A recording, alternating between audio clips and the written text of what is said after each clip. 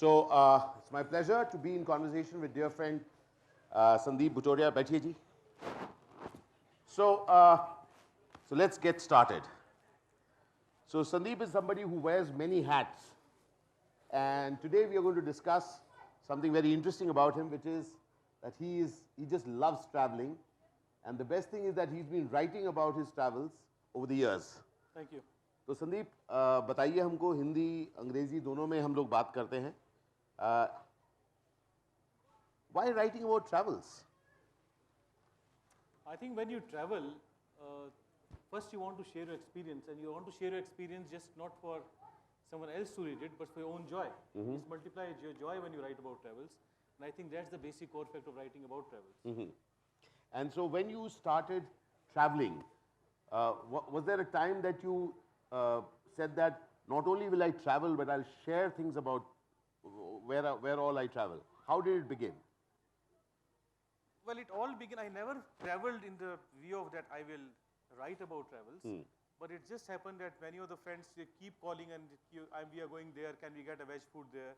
Or we are going there, can we advise us some hotels there? Or what's your experience there? So I just keep advising people, and one few of our friends said that, okay, why don't you write? Because my mother was a writer, and then there was a writing culture in the family, and few of our journalists friends also said I must write a column. So I first started writing travel columns, and today I write travel columns for many newspapers, and that's why this book has born. So do we all know that writers typically need a muse? Yes, no? Yes, no? Yes. So apart from travel, so he might say that travel is my muse. Who's your muse? Of course, for a writer, the subject only writes into, I think that's his muse. But for me, of course, my traveling is my muse because I love traveling. And your muse is whom you love and you might adore. And I think I love traveling, and I always been love traveling. And that's, my muse is the travel, of course, yes. Got it. So one thing interesting, as I was going through a few of those articles that you have written, which you have compiled, is I see you as somebody who has been affected by the places that you have been to and the things that have been happening there. How has that, like Che Guevara, Motorcycle Diary says that it took him a travel and it changed him. How have these travels impacted you as a person? See, to be honest, whatever I am today is good, bad. I think I'm because of my travel. I came from a very conservative family in a small town in Rajasthan where we used to eat, 95 people used to eat in one kitchen. And I think I was the first one in the among 95 people family who went overseas and travel abroad. And I think the exposure and the culture, the reason, whatever I got is because of my traveling.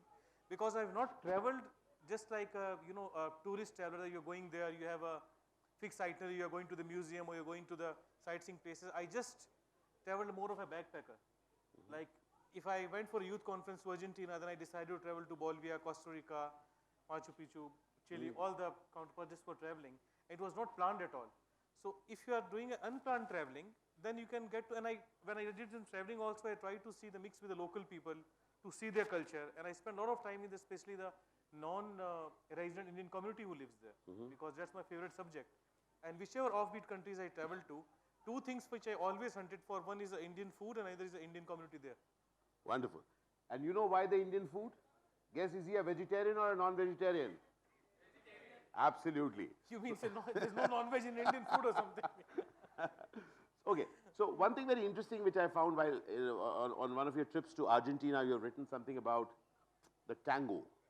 Yeah. And what I found very interesting is that you mentioned that tango there in that particular thing is performed more for the tourists only. Yeah. Do you see a replication of that happening in other countries also, including ours, where the folk arts and things which are very unique are not being watched and enjoyed by the people here, but more for foreigners? See, I think in Buenos Aires, this particular restaurant, you can call it a restaurant, but it is bigger than any of the 7-star hotels. And the stage setup is like stage, you can go for the 40 feet and stage go down, and it's like much better than any of the Broadway best New York or London theaters. The tango there and that particular place is only open for the foreigners because they can't cater to the domestic people, and they want to showcase their tango thing to the foreigners who are visiting Argentina. As far as our nation is concerned, of course, if you talk about Rajasthan folk, Gujarat folk, South Indian folk, normally it's branded as a tourist sort of thing. That and whenever any tourists come to these states, you want to showcase them local folk arts. But I don't think so. It doesn't. It means that the local people doesn't like their folk art or not interested in their folk art. I think because opportunities for the local people are more. It's like living in Agra, how much time you go to see Taj Mahal? Or living in Calcutta, I don't think so. I've been to Victoria Memorial inside or the Indian Museum inside. But whenever the friends come, they always want to go to Victoria Memorial or to the Indian Museum. I think it's more of like that. And I love that instance when you mentioned in Tokyo you had a Pakistani owning this restaurant with a cook from? From Sikar, Rajasthan, yeah. Ah. So tell me, when we go to different countries and we see different ways of life, how does that impact you when you come back to your businesses and the arts experiences that you carry on as a profession now? See, restaurant Japan incidents there in the book. I tell you one incident which has happened after I wrote this book, or these incidents rather. But I was in Syria. That was the time Iraq war was going on, and I just drove down from Lebanon to Syria, and I was absolutely craving for the Indian food. And somebody has told us that there is in Syria there is a particular Indian food joint which is opened by some ex-diplomat. Now, when I reached to that restaurant, there was nothing Indian apart from the restaurant named Taj Mahal. Then, you know, my experience has taught me that if you are going to the, like, no, to be honest, in fact, the most fancy restaurants in New York, in London, you won't find any Indian caterer today, and that's why you won't find any masala sabji today. You just find some name of organic, some crap which is just defined as Indian food. So you mean in Donald Trump's Taj also there's nothing Indian about it, you no. mean? So in the Syria, when I went to this restaurant, I asked, is there any Indian cook or something? Because I was sure there must be, there's some Indian cook for sure, at least no waiter or something.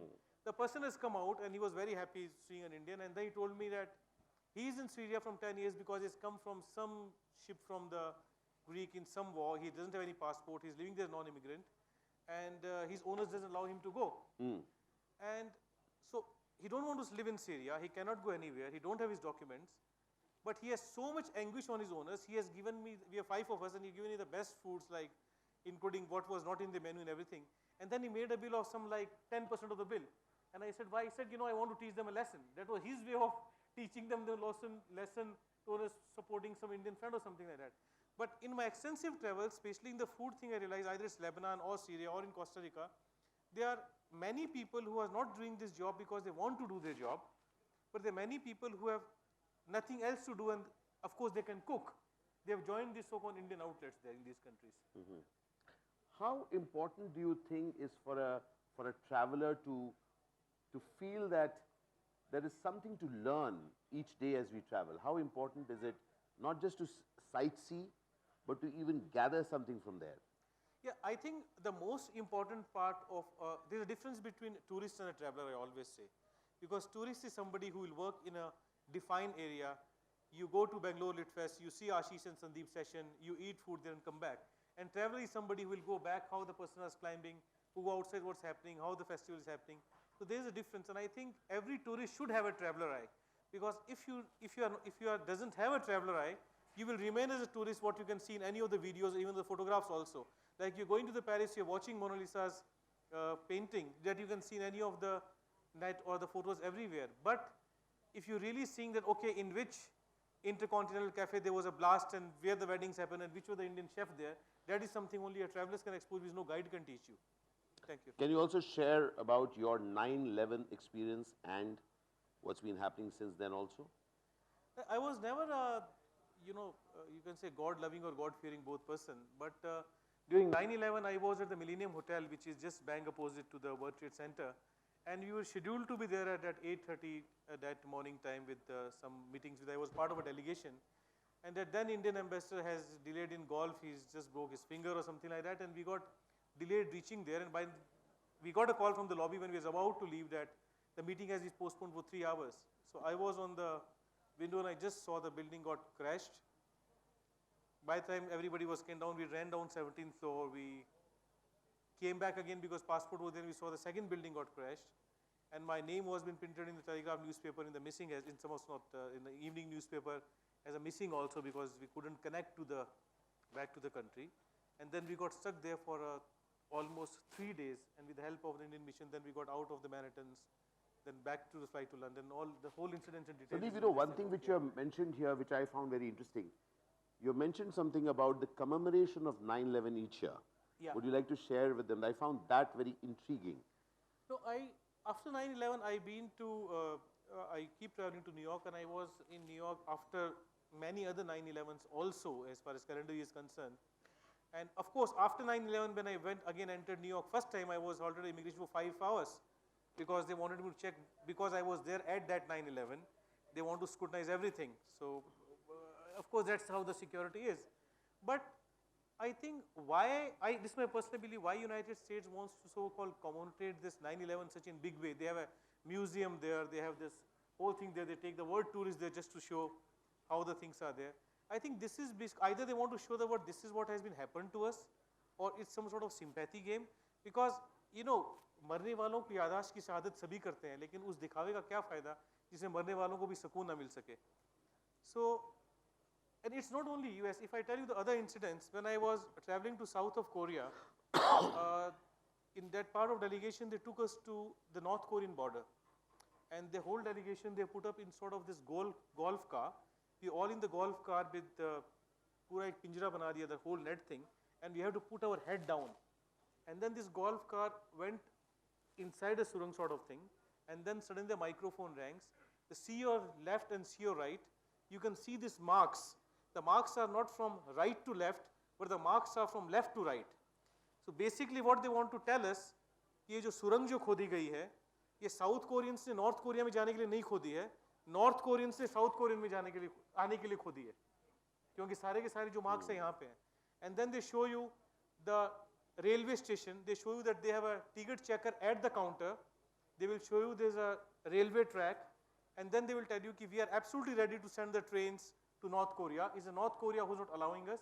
The moment say yes, our trains can go, the ticket checker is ready, and then they will take you to the boundary where they show you the flag of the North Korea, which is just across the boundaries. And the maximum diplomat travelings or delegations who visit to South Korea, they take them to that border just to show them how good or bad North Koreans are. And then every time they just make you meet one North Korean who will just say they just got hold of him before 3 days, and he will tell you all the stories of those North Korea, what's happening there and how bad the people are and these things. I think it's a part of diplomacy which every country plays with their political agenda. So, can you just share with us that as you've gone through your travels to different countries, including you've gone to a country where the Prime Minister has a very simple way of living, etc.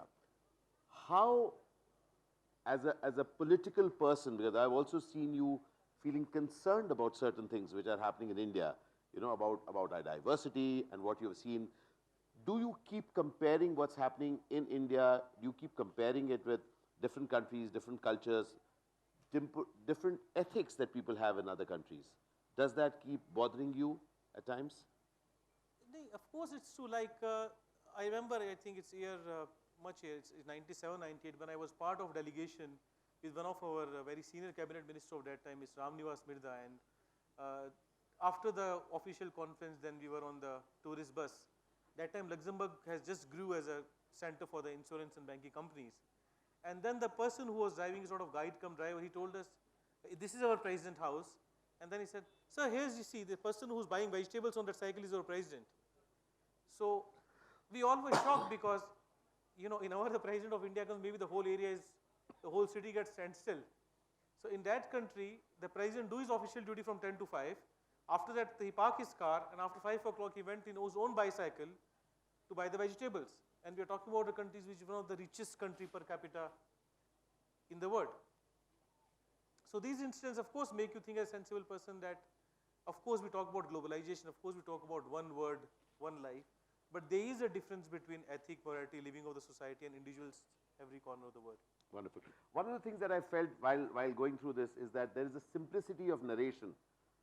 For anyone who would want to write simple episodes which they have seen, do you think it's a good idea for people to just pen down their thoughts, probably blog with them, and then probably at some point write about it, even simple things? I think I believe every individual has a writer inside him or her. Mm-hmm.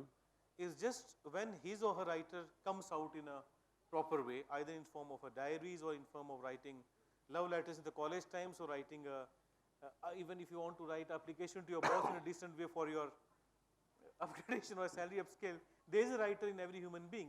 So it's just a way when you want to bring that writer out from you. But essentially, is writing about expression or is writing simply about what we are seeing? I think many of us not able to express things in verbally or in words, then how we can write. Because first of all, when you write, you don't have to be cautious. You can share with somebody, you cannot share with somebody. You can just write whatever you feel like, you can write it, you can tear it number of times you want. So for sharing the inside thoughts or inside expressions, I think writing is the best medium of expression. Wonderful. So I'll just we've got a few more minutes left. Is there anybody who would want to pose any questions about travels, about writing, anything that you want? Please. So while that question is posed, I have another question. I'll just ask you. Sundeep, how important, sometimes you think that if I don't have a profound thought, I should not be writing it. I saw a lightness to what you have written. And it was there was simplicity to the narration. So should people be stopped if they don't have something profound that they think that they need to write? I think if you write, it automatically becomes profound. Yeah. In its simplicity. It's simple, but see, writing is nothing that you have to make more complicated as is algebra or arithmetic. Writing is just what you feel, what you express, and how you want to deliver. So the more freely, the more simply what you feel you write, more friendly you can make it readers to read. Sure. Your question, please. Can you hear me? Yes. Yeah. I'm Meenakshi. I work with National Geographic Travel Magazine. I'm the advertising head, not a reporter. So what I would like to know is, first question is, what's your opinion about demonetization? Second question is about, what do you mean by saying tourist and traveler? I mean, I don't get that. Thanks. Okay. What exactly you want about demonetization? It's a one-day subject. I think she's Affecting she thought travel that it is industry. My life and my travels. Was it about travels or travels? Travels. Okay, the demonetization is probably part of the travels. Anyway, yeah. Affecting please the go on. travelers coming in India Sure. and abroad. Yeah, and like when our Prime Minister has announced this scheme, I was in a hotel in Jaipur in Rajputana, and I think the scheme has been done in very good thoughts, because before this thing is announced, I was in Bhutan, and I was having a dinner with very senior officials there, and their cause was concern was the number of, we are all talking about black money because it is related in a society, but we all must know the invasion of the duplicate currencies in last recent years in our countries, which is breaking the economy, is also a major thing while considering this thing. So the day it has been announced, of course, tourists has been suffered badly because hotel lobby was virtually full, because people want to settle their bill in the evening before 12 o'clock, then to check out and facing the problem. And of course, I'm not sure what the present limit is. I think it's 5,000 rupees per week set for the tourists. It will affect the Indian tourism industry badly, but foreigners are more used to spend by the credit cards than Indians are. But Indian system still used to be set up for accepting those credit cards as well. So I think it has, the scheme which has done in absolutely good thought or a good this thing is implementation has been much better than what it is. What is the second part of your question? Tourists and travels. What is the difference between tourist and traveler? The difference between tourist and traveler, I explained, the tourist is someone who is going and seeing the place in a touristic way, who is not exploring the inside of it, but what exactly which is tourist map teaches you. You go to Bangalore, you go to Cubbon Park, okay, or you go to Calcutta, you go to Victoria, you go to Lodi Garden, right? But traveler is somebody who will go to Lodi Garden, also try the puchkas and golgappa of Bengali market. Yeah. And also if you go to Calcutta, then you must try a sandesh and jhalmudi. The tourists won't do, but travelers definitely will do. Sundeep, you must try the Vidyarthi Bhavan dosa when here. You can't miss it. Amazing, huh? Amazing. Of course. He's my friend, Arun Adiga. Any other question? Yes, please.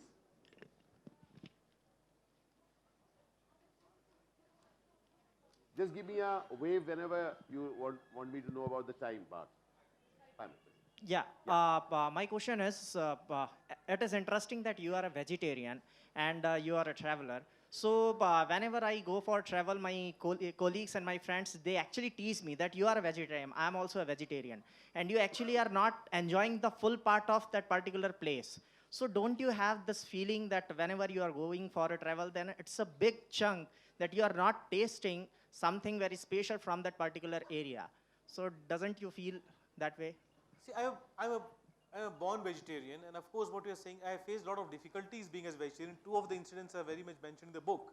That after fasting for 1.5 days, I reached to the restaurant in Buenos Aires where I saw some white, shining basmati rice, and I told them to pack only the rice I managed with some tomato ketchup or something, and I just asked them by mistake that why these rice are shining, and the reply was because we have poured them from the beef oil.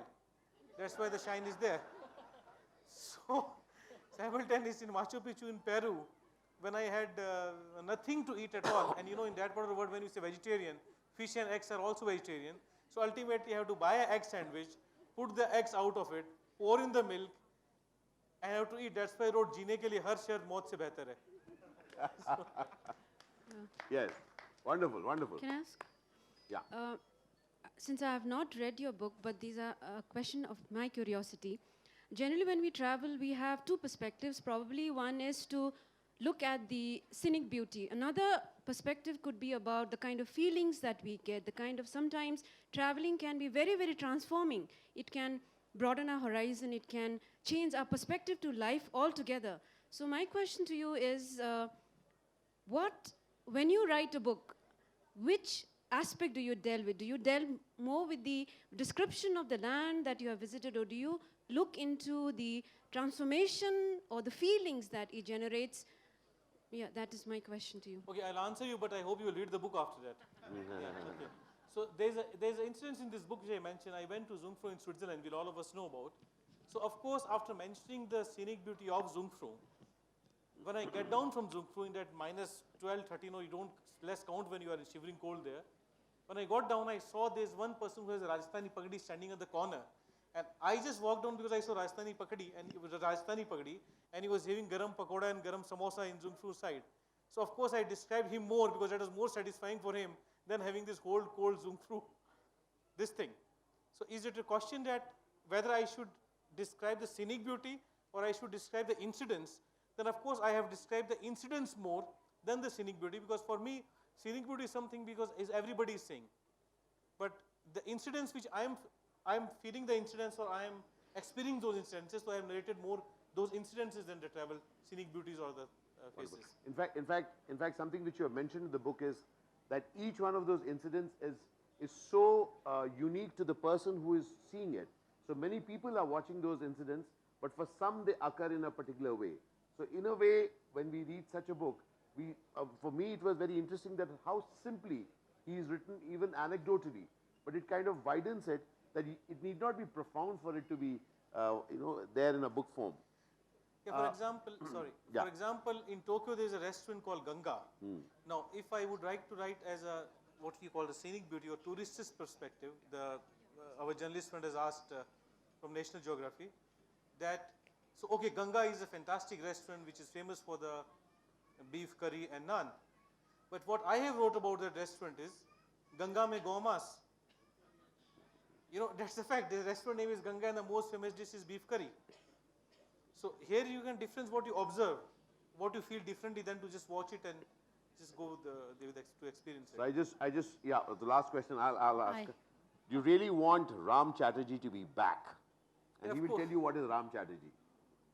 Okay, as you know, in Calcutta we have a club culture, and most of the clubs still doesn't allow the kurta pajama, which my friend Ashish also has faced before, and from MF Hussain to Vivian Richards, including me, has faced that if you are in kurta pajama, you cannot enter in certain club. So I have raised these issues about years before, and it has been took a national headlines when we raised these issues.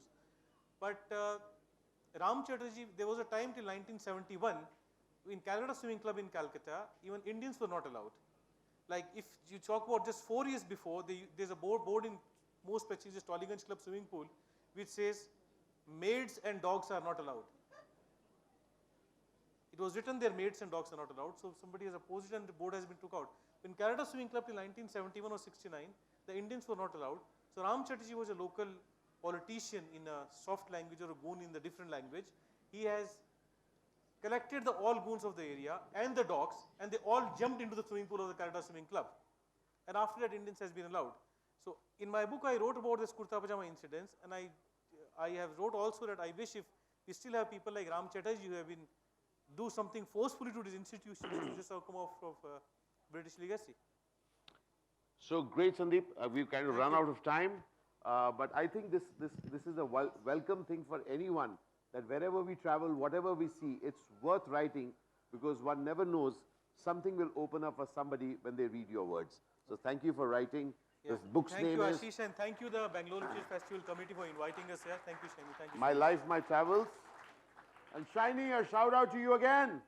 Thank you for bringing the esoteric people here, and thank you all for being around. Appreciate it.